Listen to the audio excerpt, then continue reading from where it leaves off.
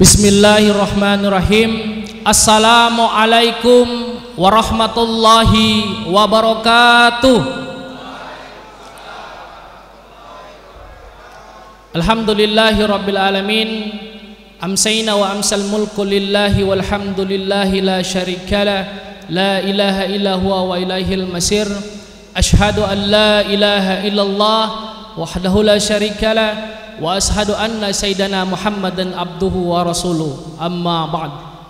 Yang terhormat Kasih Binadik Lapas kelas 2 A Gorontalo, yang kami sebut nama beliau Bapak Kasdin Lato SH. Yang kami hormati penceramah pada sore hari ini yaitu Al Ustadz Supardi Liu LC, jamaah Masjid At-Taubah yang dirahmati Allah Subhanahu wa taala, serta pemirsa yang menyaksikan secara online kegiatan ceramah pada sore hari ini. Mari sama kita buka kegiatan ceramah ini dengan melapaskan basmalah. Bismillahirrahmanirrahim. Selanjutnya mari kita sama dengarkan lantunan ayat-ayat suci Al-Quran yang akan ditilawahkan oleh saudara Prengki Fakaya. Pada saudara disilahkan. Assalamualaikum warahmatullahi wabarakatuh.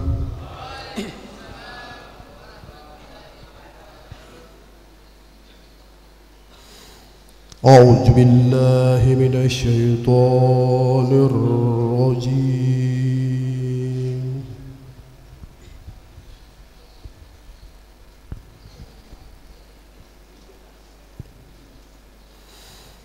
Bismillahirrahmanirrahim.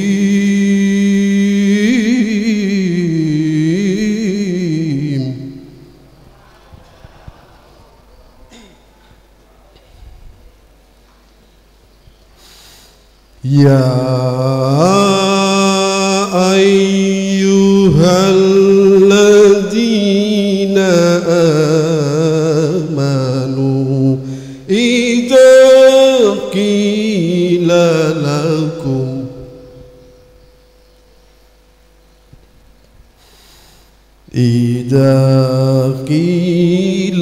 lakum tafassahu fil majalisi fafsahu yafsahillahu lakum. Wa idza qila suju fansuju yarfa'illah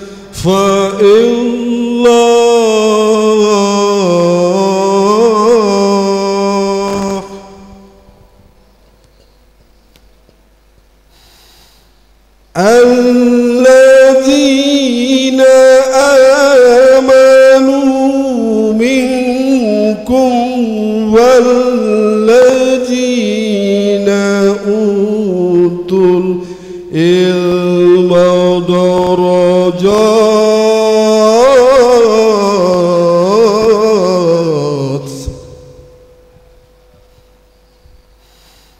wallahu bima ta'maluna khabir.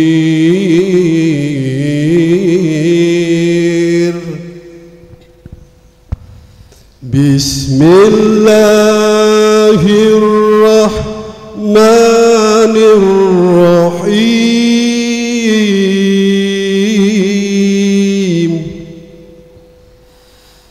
Wa ta'adzana rabbukum la in sakartum la azidannakum wa la in sakartum inna azabi lasadid.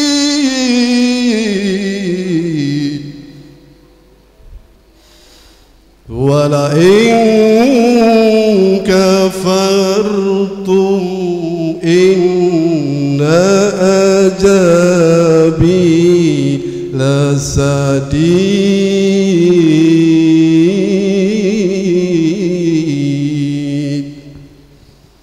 صدق الله العظيم. Wassalamualaikum warahmatullahi wabarakatuh. Demikian lantunan ayat-ayat suci Al-Quran yang disampaikan oleh saudara Prengki Pakaya. Semoga dengan lantunan ayat-ayat suci Al-Quran tadi bisa menambah keberkahan dari kegiatan kita pada sore hari ini. Amin.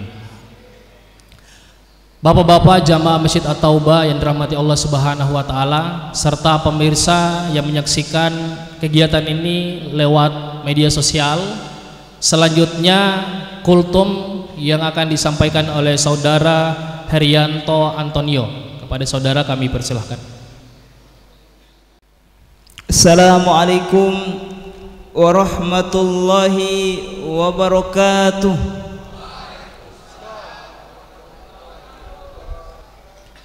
Alhamdulillahi rabbil alamin. Wa bihi nasta'in wala umurid dunya waddin. Wassalatu wassalamu ala asrafil anbiya'il wa mursalin Sayyidina wa maulana Muhammadin wa ala alihi wa ashabihil mujahidin at-tahirin. Amma ba'd. Yang saya hormati Bapak Kasih Binadik Lapas kelas 2A Kota Gorontalo, yang saya hormati pengurus dan seluruh Badan Takmirul Masjid At-Taubah Lapas kelas 2A Kota Gorontalo, dan yang saya muliakan Al-Ustadz Al-Mukarram selaku penceramah pada kesempatan kali ini, serta rekan-rekan sekalian yang saya banggakan. Ma'asyiral muslimin rahimakumullah. Pertama-tama dan yang paling utama, marilah senantiasa kita memanjatkan puja dan puji syukur kita kehadirat Allah Subhanahu wa taala. Sebab sampai detik ini Allah Subhanahu wa taala masih memberikan kita karunia nikmat begitu banyak. Baik nikmat kesehatan, nikmat kekuatan, nikmat umur yang panjang, sehingga dengan nikmat itu Allah Subhanahu wa taala masih kumpulkan kita dalam satu majelis taman-taman surga. Ma'asyiral muslimin rahimakumullah. Salawat bertangkaikan salam semoga tetap tercurahkan kepada baginda kita, yakni Nabiullah Muhammad sallallahu alaihi wasallam. Semoga percikan rahmat beliau akan sampai kepada kita selaku umatnya yang masih konsisten mengikuti ajaran-ajarannya. Ma'asyiral muslimin rahimakumullah. Suatu ketika ada seorang bapak, kebetulan bapak ini laki-laki.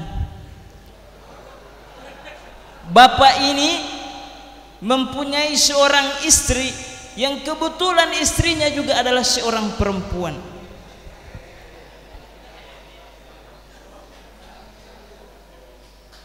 Rumahnya mewah, hartanya banyak, istrinya cantik, pangkat dan jabatannya hebat.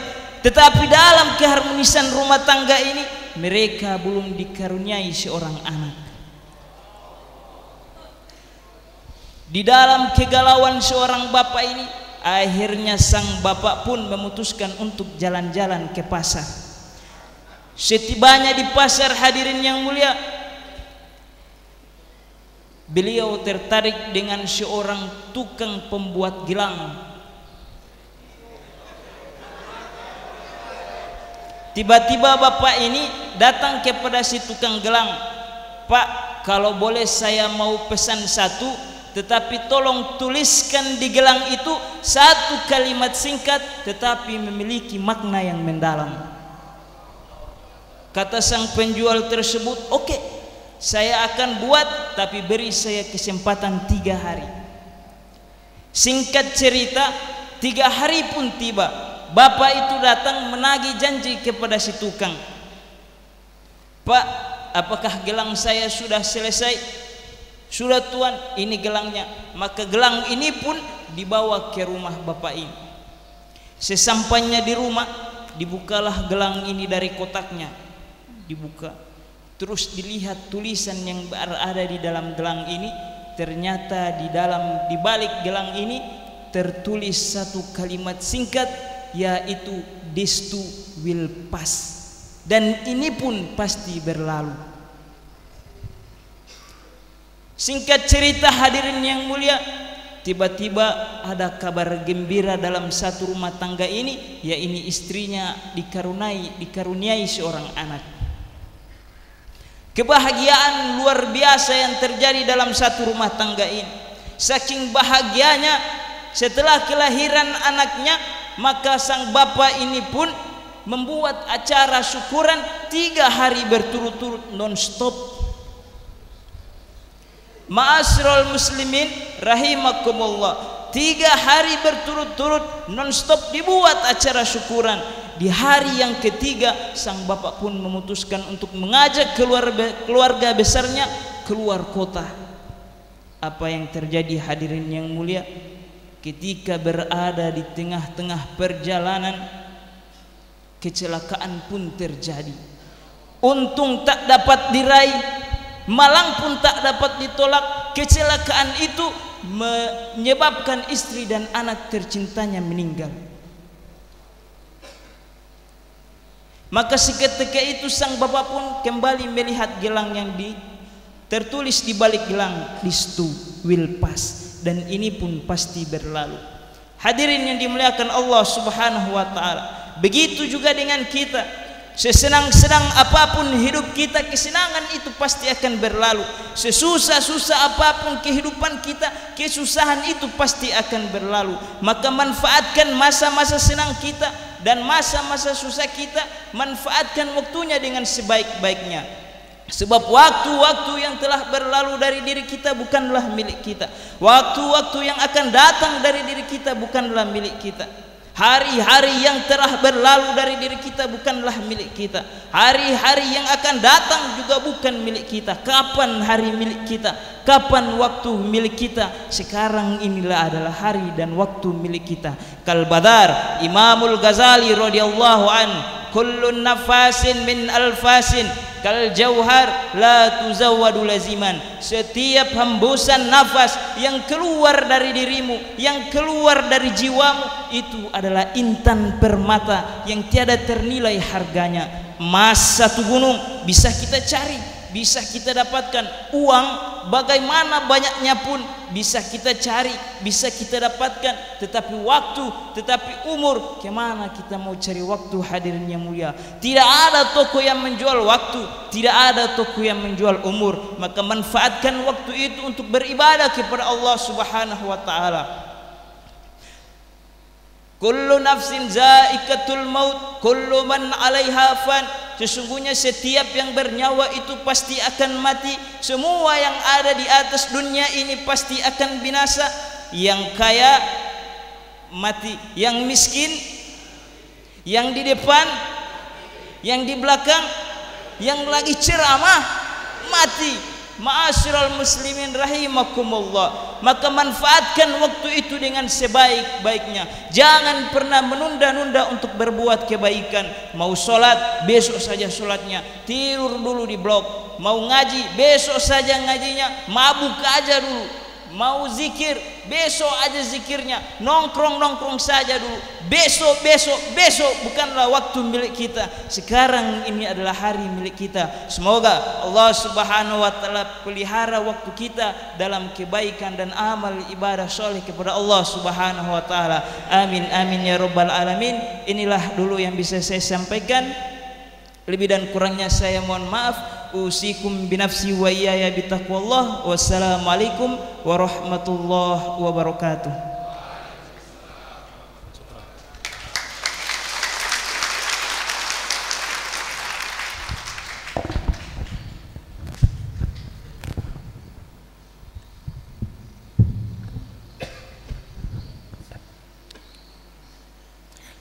Demikian kultum yang disampaikan oleh saudara Herianto Antonio.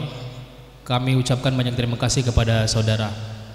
Jamaah yang dirahmati Allah Subhanahu wa taala, selanjutnya sambutan dan arahan dari Kasih Binadik yang kami sebut nama beliau Bapak Kasdin Lato SH. Kepada Bapak kami persilakan.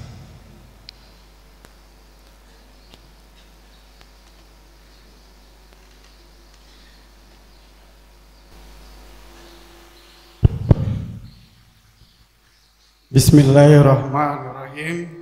Assalamualaikum warahmatullahi wabarakatuh.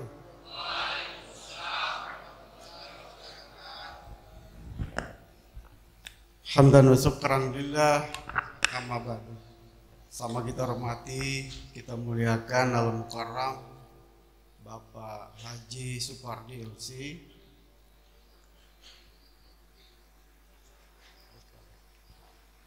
kami hormati rekan-rekan saya Pak Arino, Pak Alfian yang bersama saya di tempat ini.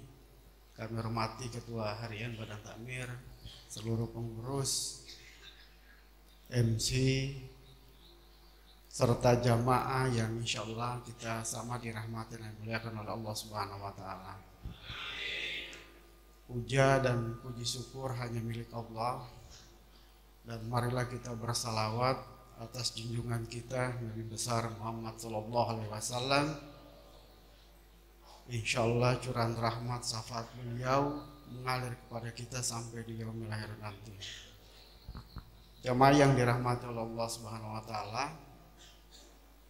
kultum tadi sangat luar biasa, namun bukan sekedar lucunya, tetapi mari kita mengambil hikmah daripada yang disampaikan.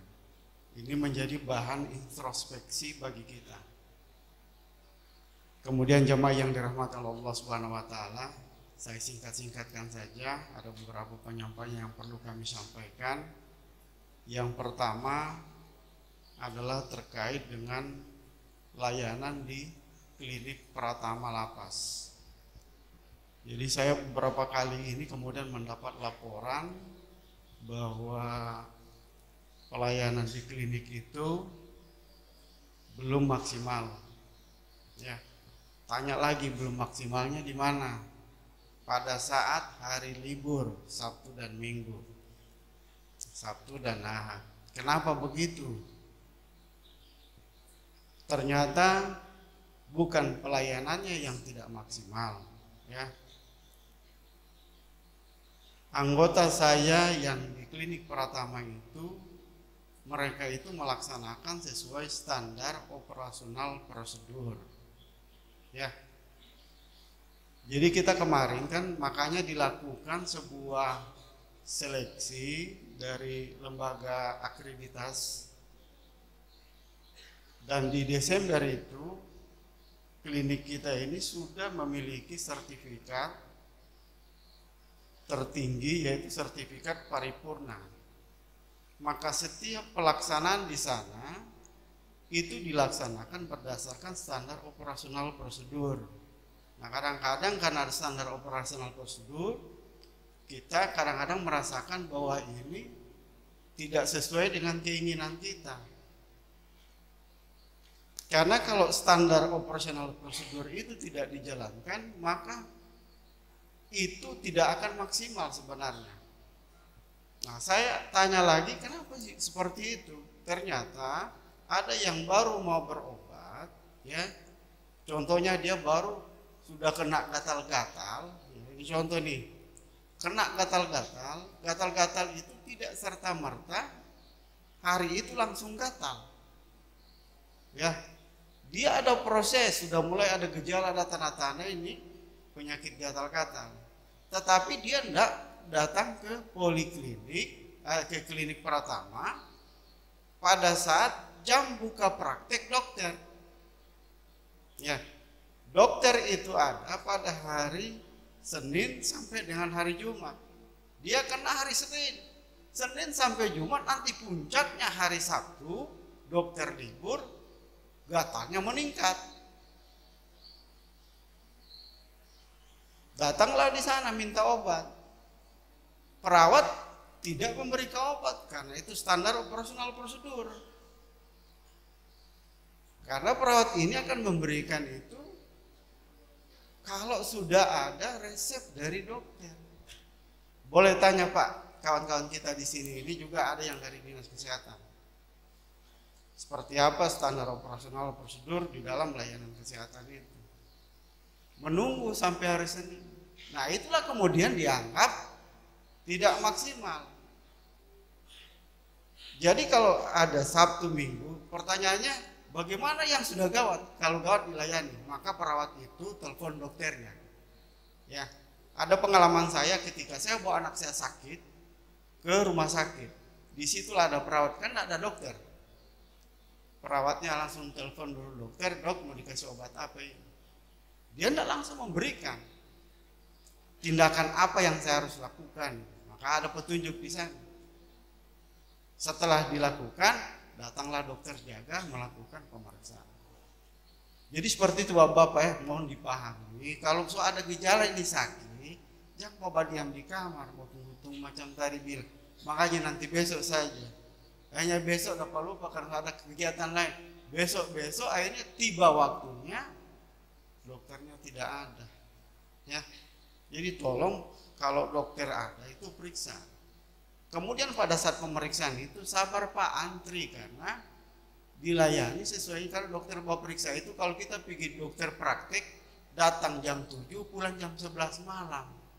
Padahal bayar ini Pak, karena harus ngantri. Dokter itu tidak mungkin periksa langsung tak selesai. Enggak, dia melakukan suatu proses diagnosa terhadap pasien ini dulu. Seperti apa sehingga lebih tepat. Jadi dia tidak buru-buru gitu. Kalau yang ngantri, makanya kalau datang itu datang saja supaya tidak terlalu banyak ngantrinya di situ. Jadi mohon maaf Pak ya, ini bukan menakut-nakuti atau apa, tetapi ini penyampaian betul inilah standar operasional prosedur yang harus kita jalani.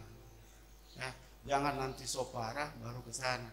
Masih datang saja. So ada gejalanya datang Pak, semula pongo kita ini datang mau periksa. Dokter bikin rujukan, bawa di rumah sakit. Begitu. Kemudian yang kedua, ya, kita 5 menit lagi saya. Nanti Pak Ustadz setengah jam sampai jam 5 kita berhenti. Jam 17 ya Pak Ustadz, mohon maaf. Yang kedua adalah terkait dengan waktu kita ini sudah mungkin kurang dari 60 hari ya. Kurang dari 60 hari sudah mau menuju bulan Ramadan. Ya. Tentunya banyak yang perlu kita persiapkan. Ya. Yang terutama adalah mental dengan fisik kita ini, ya. Fisik kita juga disiapkan untuk Ramadan, mental kita juga disiapkan untuk bulan Ramadan, ya. Kemudian tidak kalah pentingnya lagi adalah bagaimana kita membangun fasilitas yang ada di masjid ini supaya dia lebih representatif pada saat kita akan melaksanakan kegiatan ibadah, tidak terganggu dengan apa-apa. Kami hanya menyampaikan saja, jika mungkin ada dari jamaah kan gitu. Ini bukan saya mau bikin apa, ada pungli di sini, enggak. Ya, ada dari jamaah itu mungkin Pak saya mau suka ya bersedekah di masjid ini, saya mau kasih 1 kipas biar enggak terlalu panas orang beribadah di dalam. Alhamdulillah, tapi jangan ke saya, ada pengurusnya. Ya, ada pengurusnya di sana yang akan mengelola. Itu yang kedua.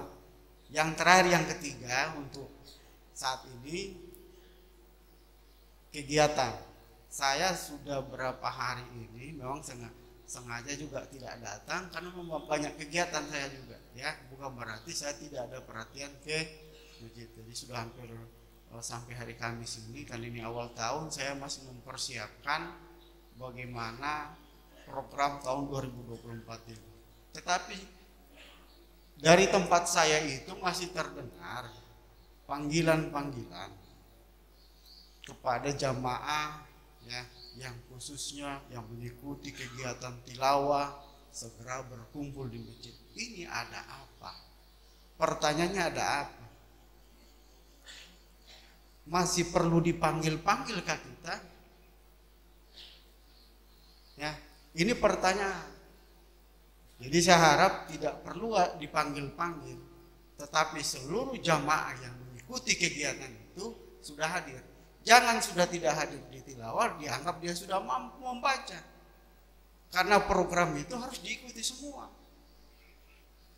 Ya, saya kok sudah tahu, gampang itu. Bukan persoalan gampang. Program ini sudah diikuti berdasarkan kelompok-kelompoknya. Yang selalu dipanggil saya dengar itu orang di tilawah. Mudah-mudahan tidak salah telinga saya. Ya. Nah, hari ini saya berharap orang-orang yang di tilawah didaftar lagi. Saya mau cek. Tidak ada lagi yang dipanggil-panggil. Kalau dipanggil saya panggil di bawah. Ya, seperti itu Bapak-bapak sekalian. Itu yang terakhir hari ini saya sampaikan. Masih banyak lagi karena waktunya Pak Ustadz. Saya janji 5 menit, setengah jam buat Pak Ustadz. Saya kira mungkin demikian. Mohon maaf bila ada hilaf kata. Saya akhiri, wabillahi taufiq wal hidayah. Assalamualaikum warahmatullahi wabarakatuh.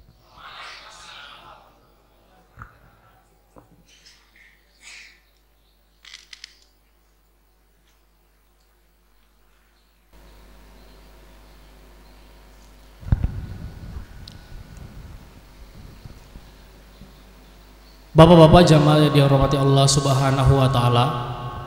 Selanjutnya ceramah agama yang akan disampaikan oleh Al Ustadz Supardi Liwu LC. Kepada Al Ustadz, waktu dan tempat kami persilahkan.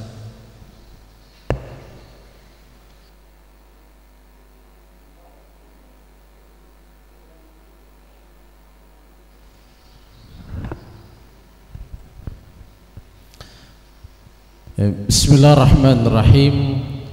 Assalamualaikum warahmatullahi wabarakatuh.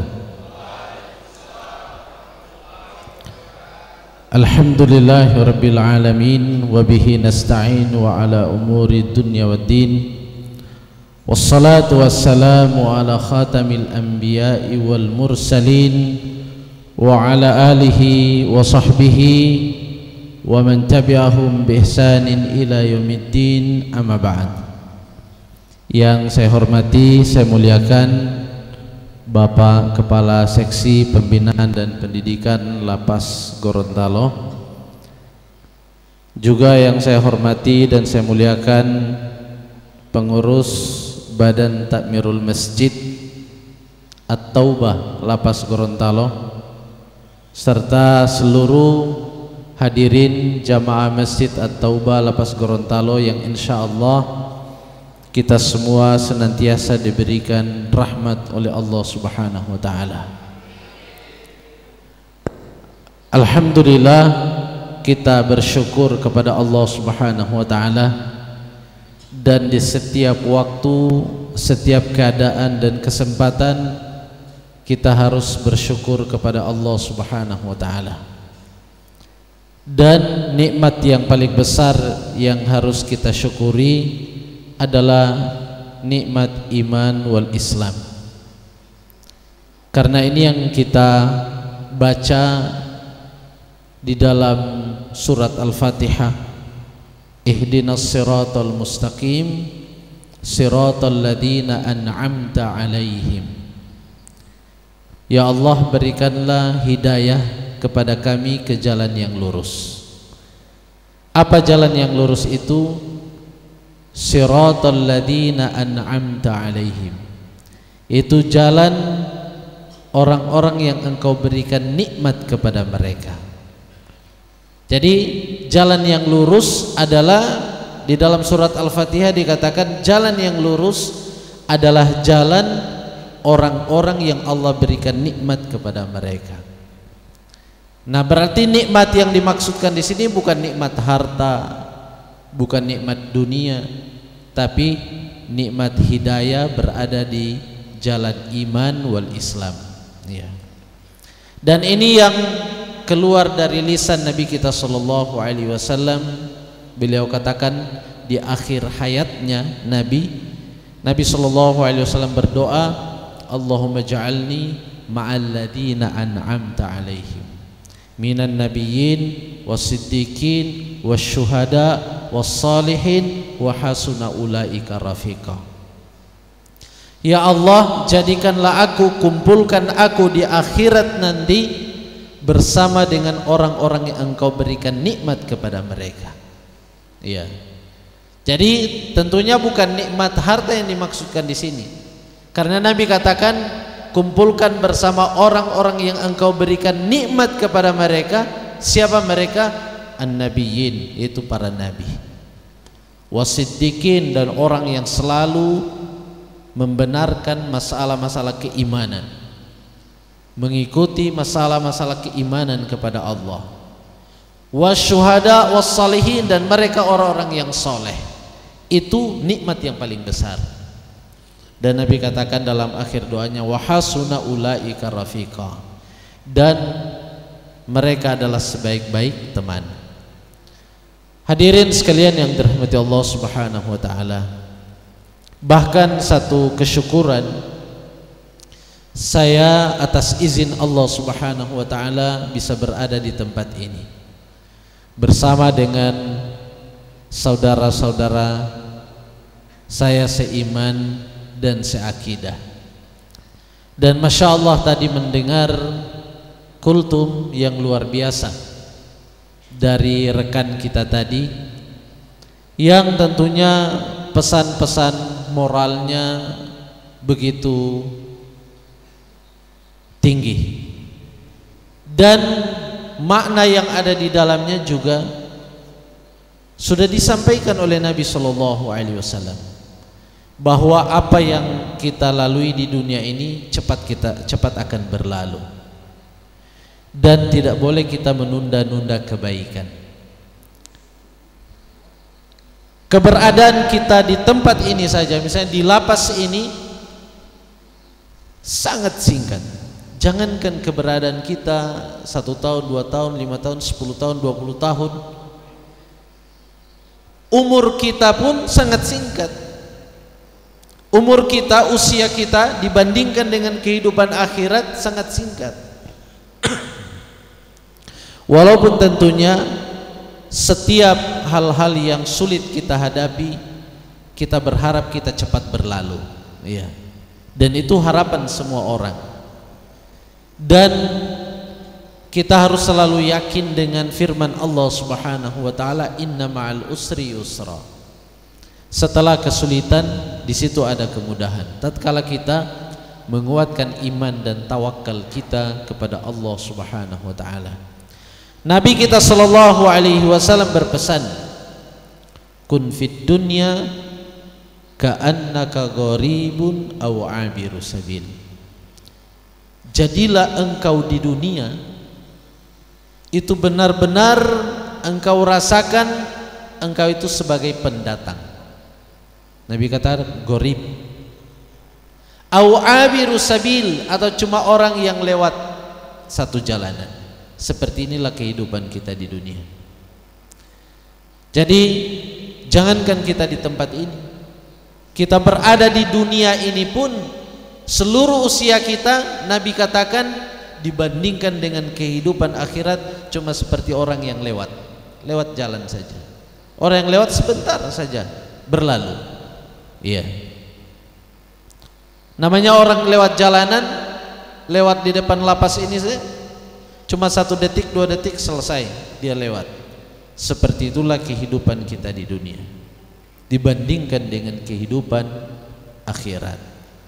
Maka Abdullah ibnu Umar radhiyallahu taala anhu tatkala mendengar perkataan Nabi sallallahu alaihi wasallam ini, beliau langsung katakan kepada rekan-rekannya, idza asbahta falatantadiri al-masa.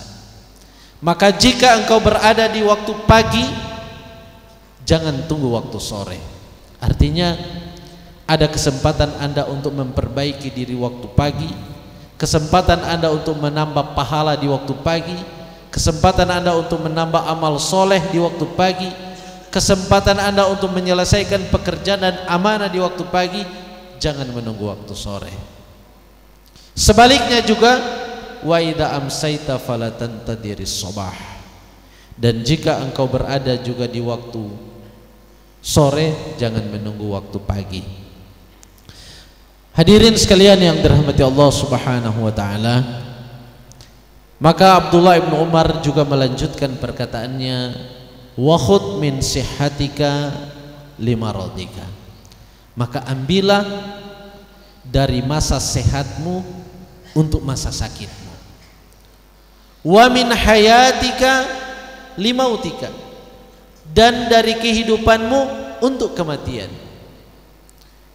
Ya, jadi kita diperintahkan untuk mengambil dari masa sehat kita yang akan kita panen pada saat kita sakit. Karena pada saat kita sehat, kita bisa maksimal bekerja, beraktivitas, bisa beribadah yang lebih banyak kepada Allah Subhanahu wa taala. Tapi kalau sudah sakit, terbatas. Saat kita sehat, kita punya nikmat, bisa kemana-mana, bisa makan makanan apa saja yang ada di hadapan kita. Tapi kalau sudah sakit, biar makanan enak di hadapan kita, biasa kolesterol ini, asam urat, ya. Karena ada orang kalau masih muda-muda, ya, masih usia muda sampai 30 tahun, biasanya yang banyak dibicarakan nama-nama makanan enak. Kalau ketemu teman-teman, ada makanan enak sekali, ada rumah makan yang baru buka, ini enak menu-menunya. Tapi kalau sudah di atas 50-an, biasanya ketemu bukan jenis makanan enak. Yang dibicarakan nama-nama obat. Iya. Saya baru dapat itu obat kolesterol bagus, tidak ada DP efek samping, ya. Dia bilang, saya asam urat yang parah. Sama saya ada obat asam urat. Jadi yang topik pembicaraan sudah jenis-jenis obat, ya. Sudah berpindah topik. Kalau di masa 30-an topiknya jenis-jenis makanan yang enak-enak. Kalau sudah di atas 50, 60, topiknya sudah jenis-jenis obat yang bagus, ya. Nah, hadirin sekalian yang dirahmati Allah Subhanahu wa taala. Jadi pesan Abdullah bin Umar mengambil dari perkataan Nabi sallallahu alaihi wasallam, manfaatkan masa sehat untuk sakit. Itu seperti apa? Ada perkataan Nabi sallallahu alaihi wasallam yang lain, beliau katakan, ya, idza maridul abdu aw safara kutiba lahu ma kana ya'mal sahihan muqiman. Jika seorang hamba itu sakit atau dia musafir berada dalam perjalanan, maka Allah tetap catat baginya pahala sempurna dari amalannya yang biasa dia lakukan pada saat dia sehat atau saat mukim, bukan musafir. Nah, sehingga kalau kita saat sehat biasa dengan amalan kebaikan, maka pada saat kita sakit, kita tidak mampu lakukan kebaikan itu, Allah tetap catat pahala kita utuh seperti melakukan kebaikan itu. Misalnya, bapak-bapak rutin sholat berjamaah di masjid, tiba waktu sholat berjamaah, sholat zuhur berjamaah, asar berjamaah di masjid, pokoknya sholat 5 waktu berjamaah. Kemudian tiba-tiba, namanya kita manusia, ada saat-saatnya sakit, ya. Tiba-tiba kita sakit, akhirnya selama 2 hari kita sholat 5 waktu cuma di atas ranjang, sholat duduk pun tidak bisa, cuma sholat berbaring. Maka selama 2 hari sholat berbaring di atas ranjang, Allah catat pahalanya lebih baik daripada sholat sendiri 27 derajat seperti sholat berjamaah di masjid. Karena apa? Selama sehat memang rutin istiqomah sholat berjamaah di masjid, maka Allah catat pahalanya utuh sempurna seperti pahala amalan itu kita lakukan pada saat kita sehat. Itu manfaat dan fawaid para ulama katakan dari kita istiqomah menjaga amalan-amalan kita tatkala sehat. Begitu juga misalnya kita rajin silaturahim, namanya ada hajatan keluarga, diundang pasti kita datang. Ada kematian saudara kita, pasti kita datang membantu penyelenggaraan jenazahnya. Kita menjaga silaturahim. Tiba-tiba kita sakit atau diuji oleh Allah dengan misalnya berada di tempat ini tidak bisa datang silaturahim untuk menjenguk keluarga yang berduka, Allah tetap catat pahala kita seperti pahala kita menjamu silaturahim. Karena yang menghalangi kita adalah uzur, entah itu sakit atau yang lainnya. Karena tanpa uzur ini pasti kita datang, dan biasanya kita istiqomah datang. Jadi semua kebaikan-kebaikan itu akan kita raih dengan sempurna pahalanya di saat kita sakit, dengan catatan pada saat kita sehat rutin kita lakukan kebaikan-kebaikan itu. Hadirin sekalian yang dirahmati Allah Subhanahu wa taala, ini juga yang Nabi sallallahu alaihi wasallam pesankan dalam pesannya yang mulia. Abdullah ibnu Abbas radhiyallahu taala anhuma, sahabat Nabi sallallahu alaihi wasallam yang mulia, yang beliau juga adalah sepupu Rasulullah sallallahu alaihi wasallam. Beliau katakan, Rasulullah sallallahu alaihi wasallam berkata kepada seseorang pada saat Rasulullah memberikan wejangan-wejangan kepadanya, nasihat-nasihat kepadanya. Ya. Di sini menunjukkan bahwasanya Rasulullah tidak pernah sepi dari nasihat kepada sahabat-sahabatnya. Sehingga pelajaran yang kita ambil juga, kita harus banyak-banyak mendengar nasihat, karena nasihat itu bisa meluruskan dan bisa menguatkan hati kita. Dan juga kita harus banyak memberi nasihat juga. Selain kita harus banyak mendengar nasihat, kita juga harus banyak memberi nasihat, terutama kepada orang-orang yang memang orang-orang yang kita sayangi, kita cintai, keluarga kita, yang tentunya penting untuk kita berikan nasihat. Apa pesan Nabi sallallahu alaihi wasallam? Pesan Nabi ini singkat tapi maknanya begitu padat. Nabi katakan, iktanim khamsan qabla khamsin. Manfaatkanlah dengan baik yang 5 sebelum datang yang 5. Manfaatkan dengan baik yang 5 sebelum datang yang 5. Yang pertama kata Nabi sallallahu alaihi wasallam, syababaka qabla harami. Masa mudamu sebelum datang masa tuamu. Itu pesan Nabi. Nabi katakan, manfaatkan dengan baik yang pertama, masa muda sebelum datang masa tua.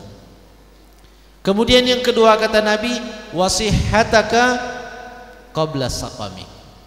Dan masa sehatmu sebelum datang masa sakitmu. Wa faragaka qabla syughlika. Dan waktu luangmu sebelum datang waktu sibukmu. Wa ginaka qabla faqrika. Dan manfaatkan dengan baik masa kayamu sebelum datang masa miskinmu. Kemudian yang terakhir kata Nabi, wa hayataka qabla mautika. Dan kehidupanmu sebelum datang kematianmu. Luar biasa pesan Nabi sallallahu alaihi wasallam. Singkat tapi begitu padat maknanya. Jadi yang pertama Nabi sallallahu alaihi wasallam sebutkan masa muda. Nabi tatkala katakan manfaatkan yang 5 sebelum datang yang 5. Yang pertama Nabi sebutkan muda, masa muda sebelum datang masa tua. Nabi tidak sebutkan duluan hidupmu, sehatmu sebelum sakitmu, tapi duluan yang Nabi katakan masa muda sebelum datang masa tua. Karena masa muda masa yang sangat potensi. Masa muda masa yang sangat penting untuk menentukan masa depan kita. Bukan cuma masa depan dunia, tapi masa depan akhirat juga. Sangat ditentukan oleh masa muda. Dan juga masa muda adalah masa yang paling berbahaya dalam usia kita. Sehingga perhatian Nabi sebutkan terlebih dahulu masa muda sebelum datang masa tua. Makanya orang-orang yang masih muda dan dia tumbuh dalam ketaatan kepada Allah, Nabi SAW sebutkan Allah berikan ganjaran khusus, balasan khusus, balasan istimewa di hari kiamat nanti. Allah berikan naungan di bawah arsy-Nya di hari kiamat nanti di padang mahsyar. Kan Nabi sebutkan ada 7 golongan yang di padang mahsyar Allah berikan naungan di bawah arsy-Nya Allah. Salah satunya disebutkan syabun nasya'a fi ta'atillah, seorang pemuda yang tumbuh dalam ketaatan kepada Allah. Dan belum ada waktu terlambat. Setiap kita pasti pernah melakukan kesalahan. Dan orang muda, anak muda yang pernah melakukan kesalahan, yang paling baik di hadapan Allah dikatakan adalah yang mereka segera bertaubat kepada Allah. Ya, yang Nabi katakan, kullu bani Adam khata'un. Setiap anak Adam pasti banyak melakukan kesalahan, siapapun dia. Wa khairu al-khatta'in at-tawwabun. Jadi Allah tidak mencela hambanya yang melakukan kesalahan. Karena setiap manusia yang Allah ciptakan banyak melakukan kesalahan. Tapi yang Allah cela adalah mereka yang melakukan kesalahan dan tidak mau bertaubat kepada Allah. Sebaliknya, Allah berikan apresiasi balasan orang yang mau bertaubat kepada Allah dengan Allah katakan merekalah sebaik-baik manusia, yaitu yang segera bertaubat kepada Allah Subhanahu wa taala. Bapak Ibu hadirin sekalian yang dirahmati Allah Subhanahu wa taala, tidak ada ibu-ibu ya, terbiasa diceramah Bapak Ibu ya. Jamaah Masjid At-Taubah yang dirahmati Allah Subhanahu wa taala.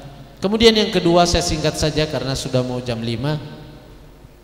Yang kedua kata Nabi, manfaatkan masa sehat sebelum datang masa sakit. Tadi sudah dijelaskan di hadis yang pertama. Kemudian yang ketiga kata Nabi, wa faragaka qabla syughli, dan waktu luangmu sebelum datang waktu sibukmu. Saat kita punya waktu luang, kesempatan kita untuk beramal, beribadah, melakukan kebaikan, melakukan pekerjaan di saat kita punya waktu luang. Termasuk tadi yang disebutkan oleh Pak Kasih, ada kesempatan kita untuk belajar, untuk tilawah.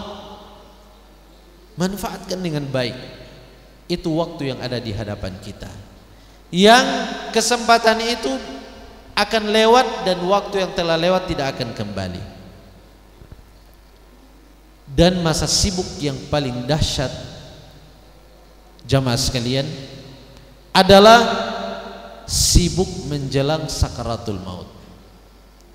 Tidak ada kesibukan yang lebih dahsyat dari itu.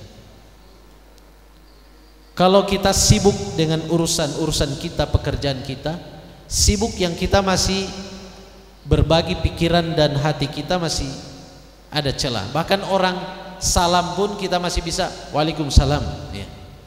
Dan kita lanjutkan pekerjaan kita, sibuk kita.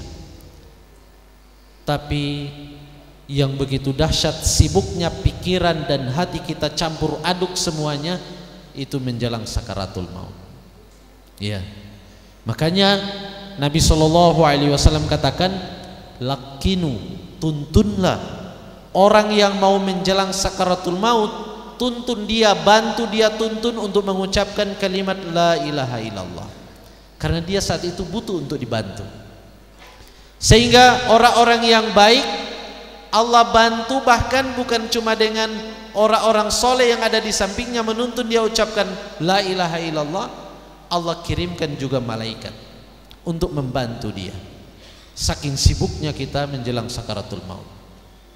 Dan itu Allah sebutkan dalam Al-Quran, innalladzina qalu rabbunallah, sesungguhnya orang-orang yang istiqomah rutin melakukan kebaikan, ya, yang mengatakan Tuhan kami adalah Allah, tsumastaqamu, dan mereka istiqomah rutin terus membuktikan keimanan mereka kepada Allah dengan amalan-amalan solehnya. Apa yang Allah akan berikan? Keistimewaan yang Allah berikan, tatanazzalu alaihimul malaika. Allah bantu mereka dengan Allah turunkan malaikat kepada mereka menjelang sakaratul maut. Malaikat akan membantu alla takhafu wa la tahzanu. Malaikat akan membisikkan kepadanya, jangan kamu takut, jangan kamu khawatir. Berarti saat itu memang hati kita begitu khawatir, takut, sedih, pokoknya campur aduk pikiran kita. Malaikat yang memberikan tenang, jangan takut, sudah ada surga Allah yang menunggu kamu. Sehingga dia terbantukan dan dia merasa lapang pada saat sakaratul maut dan mengucapkannya. Kemudian yang keempat kata Nabi SAW, waginaka qabla faqrik, manfaatkan masa kayamu sebelum datang masa miskin. Karena memang saat kita punya uang, saat punya kelebihan rizki dari Allah, kita mampu beramal, melakukan kebaikan apapun. Kita bersedekah untuk masjid, untuk fasilitas masjid, kita mampu. Kita mengadakan AC untuk masjid, kita mampu. Kita membantu panti asuhan, kita mampu. Kita mampu untuk membangun ruang belajar di pesantren, mampu beramal jariah. Tapi saat nikmat itu Allah cabut, nikmat kekayaan itu Allah cabut, kadang kita melihat, enaknya orang itu yang bisa beramal, saya ingin beramal seperti dia, tapi harta saya sudah habis. Manfaatkan masa kayamu sebelum datang masa miskin. Dan juga dari sini juga pesan bisa diambil darinya, harus kita ketahui dan kita sadari, saat kita termiskin yaitu pada saat kita mati. Iya, saat kita mati, saat maut itu datang kepada kita, itulah posisi kita termiskin, kembali nol. Saat kita mati apa yang kita bawa? Cuma kain kafan. Ya. Orang punya mobil Alphard, ada yang dia bawa ke dalam kubur? Ya, tidak ada. Dia bangun rumah 2 lantai, 3 lantai super mewah. Begitu dia mati, dia membawa rumahnya ini ke dalam kubur? Tidak ada. Spring bed mewah yang ada di kamarnya pun tidak akan mungkin dia bawa ke dalam kubur. Baju yang branded yang dia bawa pun, yang super mahal yang dia beli, dia tinggalkan. Yang dia bawa cuma kain kafan. Itu posisi kita termiskin dalam perjalanan kita. Pada saat kita kembali, pada saat kematian, itu kembali miskin. Maka kekayaan kita di dunia harus menjadikan kita kaya di akhirat. Bagaimana kita di dunia ini kaya, begitu kita mati kita tetap kaya. Yaitu apa? Harta kita keluarkan di jalan Allah Subhanahu wa taala. Kita berikan dalam kebaikan.